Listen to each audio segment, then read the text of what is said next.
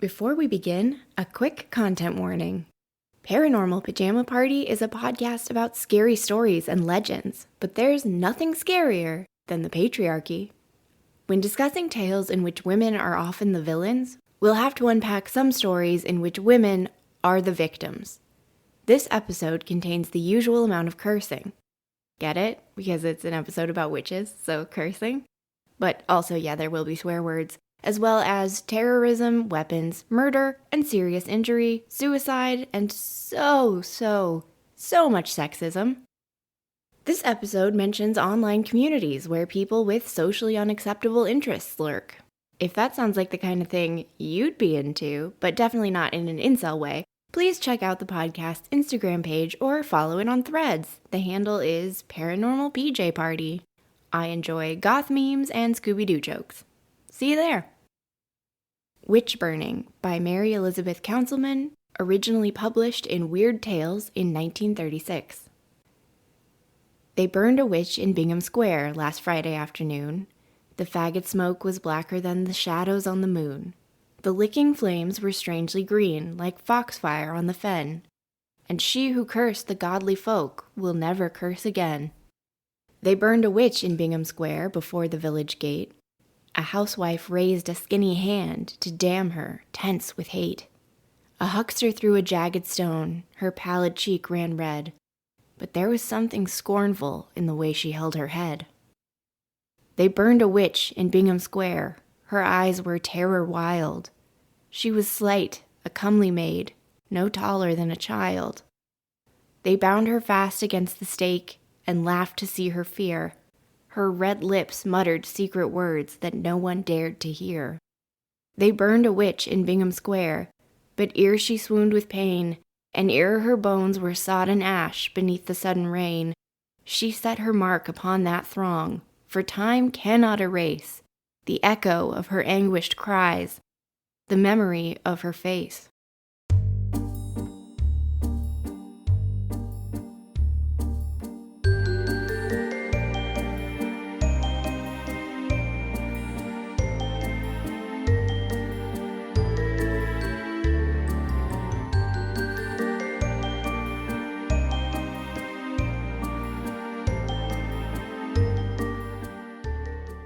Hi, I'm Steph, and this is Paranormal Pajama Party, the podcast that brings you classic ghost stories and legends featuring female phantoms and femme fatales.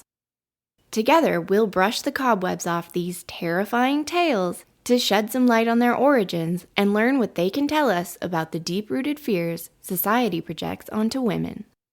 Last week on the podcast, we got into the chilling history of early modern witch hunts in Europe and North America. Specifically, we looked at the Malleus Maleficarum, a notorious book written by Dominican monk Heinrich Kramer. Banished from an Austrian town for being a sex-obsessed weirdo, he assuaged his bruised ego by compiling a volume of religious documents, fraudulent material, and bonkers misogynistic theories to build a case against women. Kramer wrote that women, yes, every last one of us, are about 3 seconds away from renouncing God and entering into an astounding sex pact with Satan.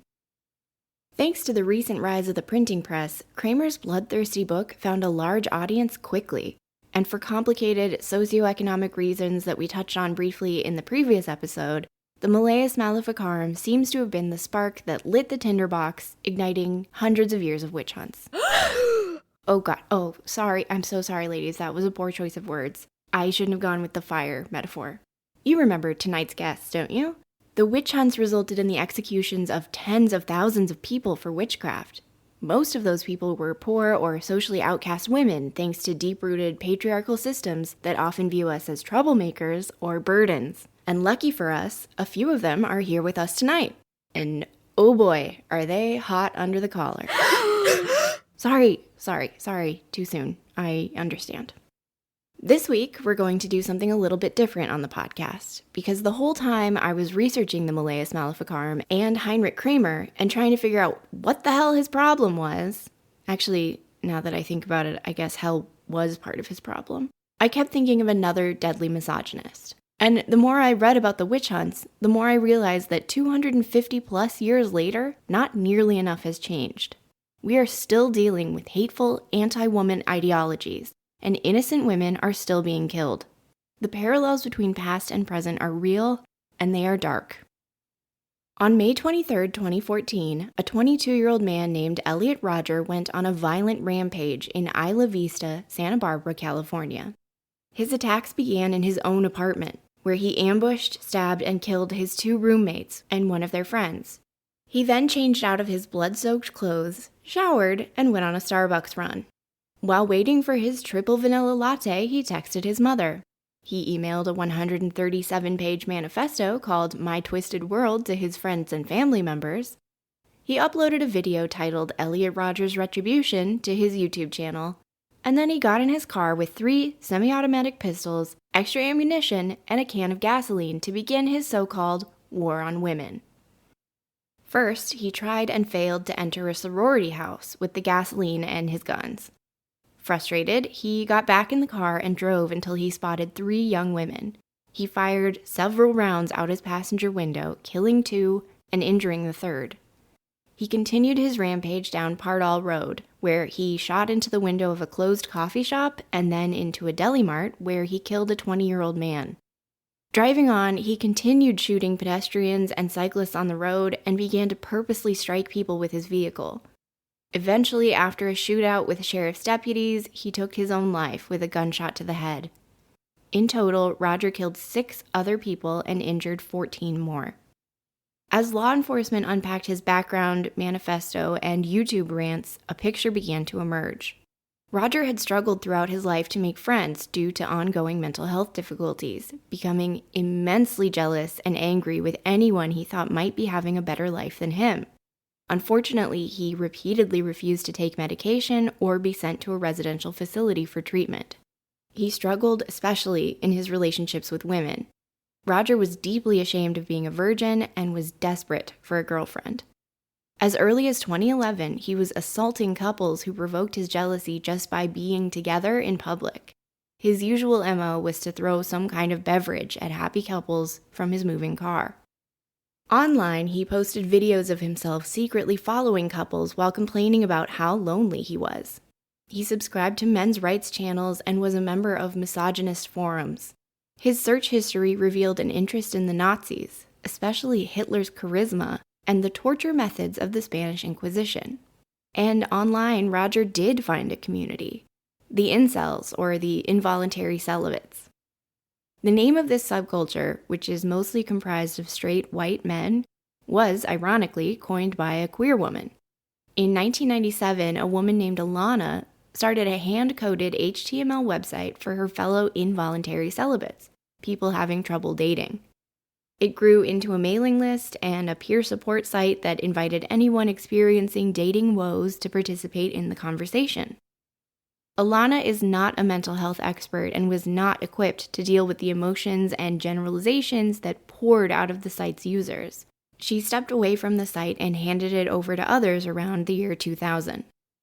If you know someone who claims they've been red-pilled, you probably know about the loose collection of online communities known as the manosphere. Parts of the manosphere have a lot in common with feminism, and some of our goals actually complement each other. We're both skeptical of the traditional expectations placed on genders. We're both trying to highlight and resolve gender-based issues that are often a result of those problematic gendered expectations. For example, feminists are trying to tackle gender-based violence, and men's rights activists correctly point out that male victims of domestic violence are often overlooked and undersupported.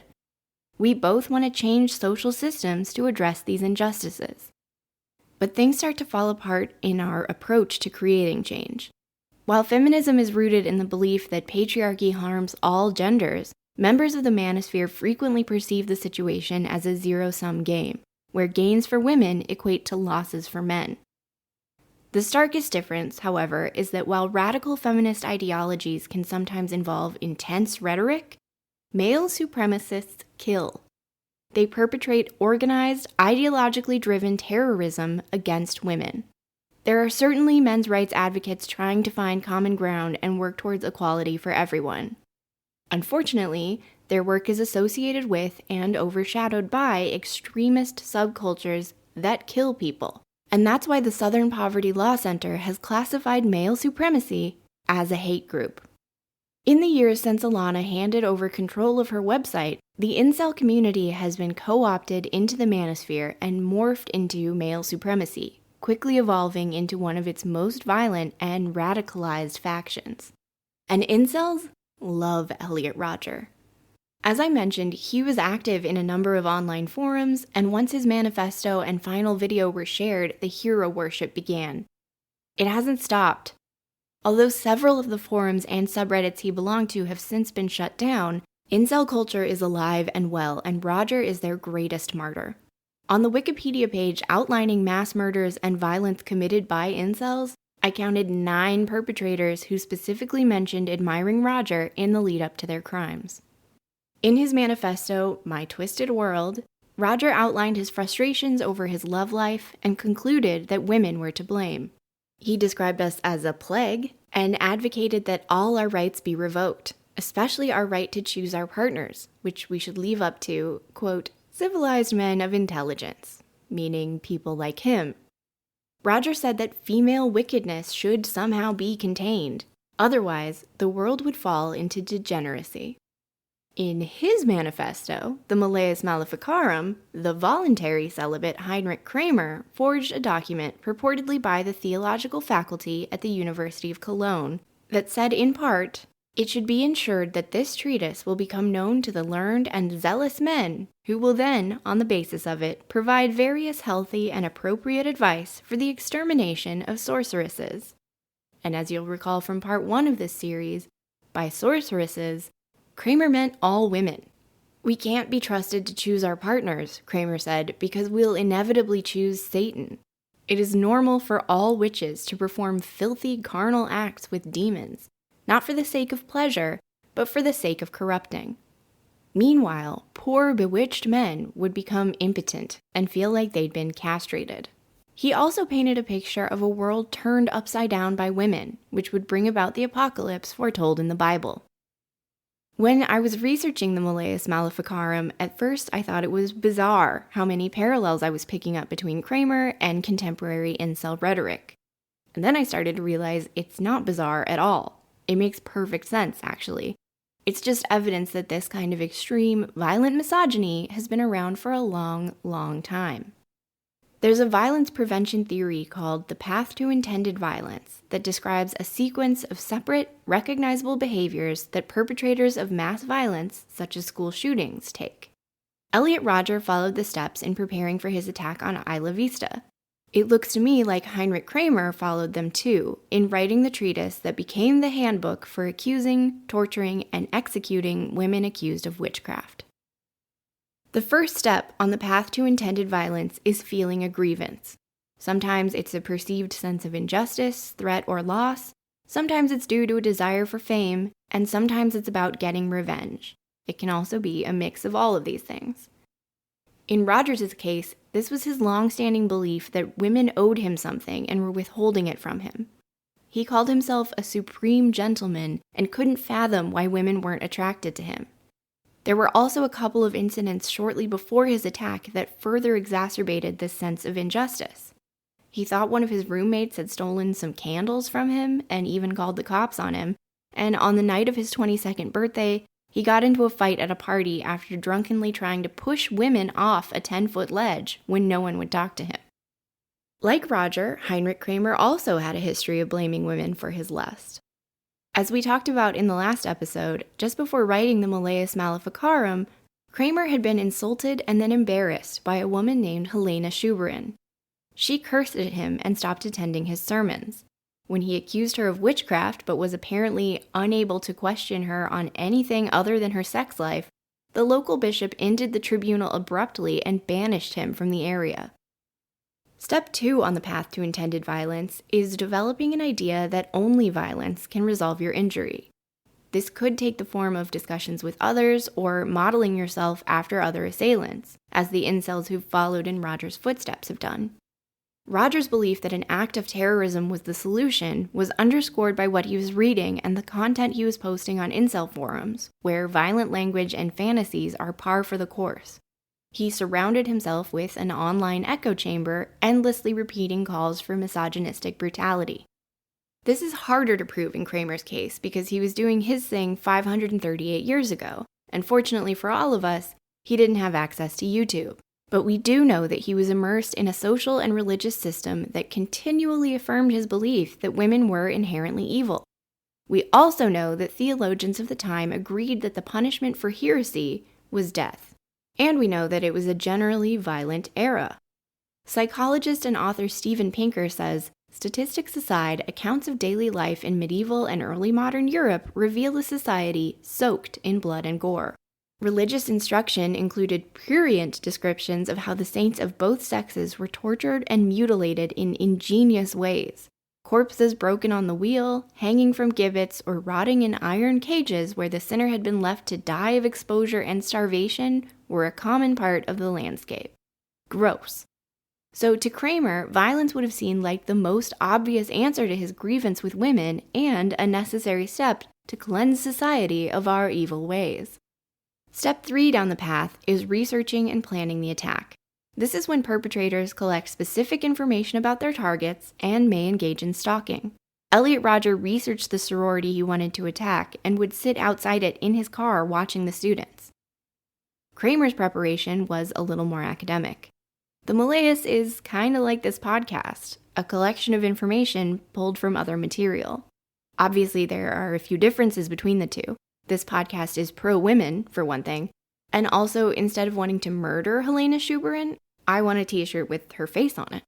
Heinrich makes some of his own arguments in the main section of the book, which sets out to prove witchcraft exists, the forms it takes, remedies for it, and step-by-step instructions for prosecuting a witch. But it's also a compendium of demonology, which he began researching after his banishment from Innsbruck. The fourth step is making preparations for the attack. This might mean getting your costume together and finding weapons. It's also the time for final act behaviors. Rodger's final preparations included sending his manifesto to the people in his address book and posting his final YouTube video. Investigators also discovered his bed had been stabbed to shreds while he practiced attacking his roommates and their friend with a knife. I think we can say that the forged section of the Malleus Maleficarum, in which Kramer pretended that every member of a group of esteemed Catholic theologians 100% endorsed and supported every part of his argument and methodology, was his way of ensuring his weapons were in place.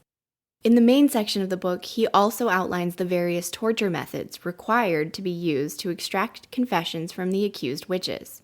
So while he wasn't literally gathering weapons, he was describing the ones he would need and laying the groundwork for the justification of their use. Step 5 is breaching the target's security. Rodger attempted to access the sorority he targeted, but luckily he was foiled.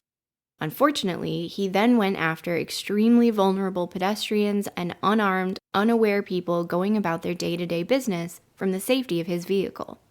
In Kramer's case, I think his efforts to obtain a papal bull granting him the authority to hunt and prosecute witches speak to this step. You know, in cop shows when the FBI shows up and is like, "This crossed state lines, buddy, so it's our case now." That's the kind of jurisdictional confusion that Kramer was trying to avoid. A local bishop had foiled his campaign against Helena. The papal bull ensured that it would never happen again and that no one was safe. The final step of the pathway to intended violence is the attack itself. I've already described how Elliot Rodger killed 6 people and injured 14 others, and last week's episode outlined the fallout of Kramer's work. Kramer always intended the Malleus to be a guide for a systematic approach to identifying, trying, and exterminating the women he believed to be witches. Its popularity opened the door to tens of thousands of people being tried and executed for witchcraft on 2 continents. There's one thing I haven't mentioned about the Malleus Maleficarum, and that's that 33 years after it was first printed, a second author was added. This was especially odd because the author, Jacob Sprenger, had also been dead for 24 years. Scholars aren't sure Sprenger had much to do with the writing of the Malleus at all, which is why I haven't mentioned him. But he is mentioned in the papal bull at the beginning of the book as another clergyman granted witch-hunting powers by the Pope. Some researchers believe that Sprenger was actively trying to stop Kramer from, murdering all the women in the Rhineland. He certainly took a more passive role than Kramer did. We know that Kramer was involved in witch trials, but we don't have any evidence that Sprenger was. That being said, he seems to have been involved in the Malleus in some way, and in the development of the misogynistic worldview, that women are man's evil opposite, that underpins the whole thing.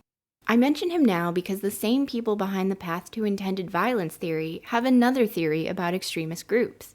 There are howlers and there are hunters. Hunters are those who commit violent acts, while howlers make threats but rarely follow through. Kramer was undoubtedly a hunter, actively pursuing his targets. Rodger also fits this category, having meticulously planned and executed his attack. On the other hand, Sprenger is a howler, more involved in the theoretical justification of violence rather than its execution. And I would say that his equivalent in the modern context can be found online in manfluencers, whose loud misogynistic views fuel the ideological fire. I think Sprenger's contemporary equivalent is someone like psychologist Jordan Peterson, whose ideas about a crisis of masculinity have contributed to the manosphere's sense of grievance brought on by feminism. I don't want to make it sound like misogyny is only perpetuated by men. Once the witch hunting craze struck, trials were often brought on by quarrels between neighbors. Many sources I read about the early modern witch hunts pointed out that women often accused other women of being witches. I think there are a few explanations for this. In these small communities, women would have been the ones involved in domestic and local affairs, and therefore more likely to be involved in conflicts over resources or social status. This would have been made worse by the patriarchal social structures at the time, when aligning with male authorities and conforming to social norms might offer protection or advantages. Accusing another woman would have been a way to gain favor in a bad situation. Or it could have been a survival strategy. In a climate of fear, women could divert attention from themselves and avoid being targeted by pointing fingers at others. Internalized misogyny is one of the most insidious aspects of patriarchal oppression. It turns women against women. And even today, after waves and waves of feminism, we still see this happening. The best modern example I can think of is YouTuber Pearl Davis, a content creator who advocates for traditional gender roles and is highly critical of modern feminism. She emphasizes that women should embrace submissive roles and blames women for relationship issues, arguing that our behavior and expectations are unrealistic. This has made her a popular figure among the manosphere, not because men like or respect her, but because she's a tokenistic mouthpiece amplifying their messages. But Davis doesn't seem to realize that tokens get spent. By devaluing women's roles outside of traditional structures, reinforcing negative stereotypes, and critiquing female empowerment, she's desperately trying to appeal to the same misogynists who wouldn't think twice about including her in another attack on women. I don't want to sound paranoid, but the more I look around, the more I see history repeating itself in scary ways.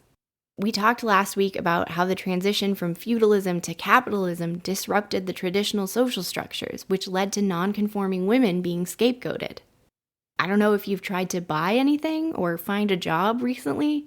We've hit some economically precarious times again, and it's often marginalized groups like immigrants who are scapegoated and blamed for wider problems today. The rise of capitalism also reduced communal support systems, leading to individualistic us versus them mentalities. Since then, this individualism has exacerbated social isolation, exactly the kind of environment in which subcultures like incels thrive. And the reason they've all connected in the first place is thanks to the internet. Kramer used the printing press to enable the rapid spread of his Malleus Maleficarum, but there is nothing quicker than social media. Gutenberg, Zuckerberg, same.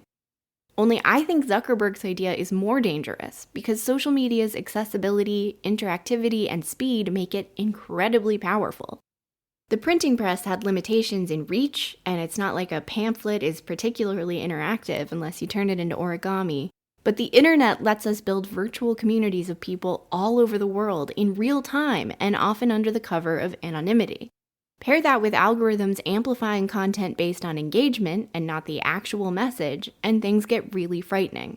That's how misogyny and other forms of hate are normalized and perpetuated. As we've seen, the consequences of these ideologies are devastating. We have to recognize these patterns and address the underlying beliefs and factors before they erupt into violence and tragedy. Surprising no one, I guess my larger point is that the accused witches in this story weren't the evil ones.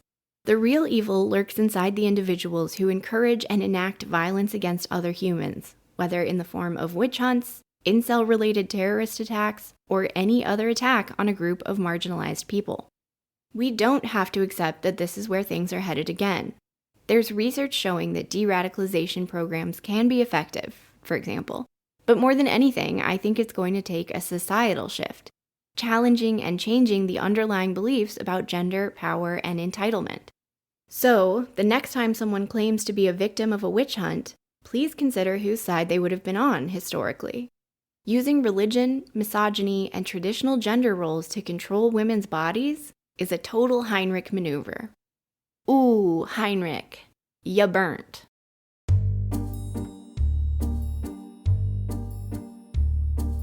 It's time for lights out at the Paranormal Pajama Party. That's enough thinking about witch hunts for me for ever. So next week we're changing the subject to a classic scary story from America's saddest, spookiest writer, Edgar Allan Poe. To learn more about the path to intended violence, hunters and howlers, or the manosphere, but why would you want to? Check out my sources in the show notes. Follow Paranormal PJ Party on Instagram to see visuals from today's episode. I'll be back next week with more spine-tingling tales and critical discussion. In the meantime, don't forget, ghosts have stories, women have voices. Dare to listen.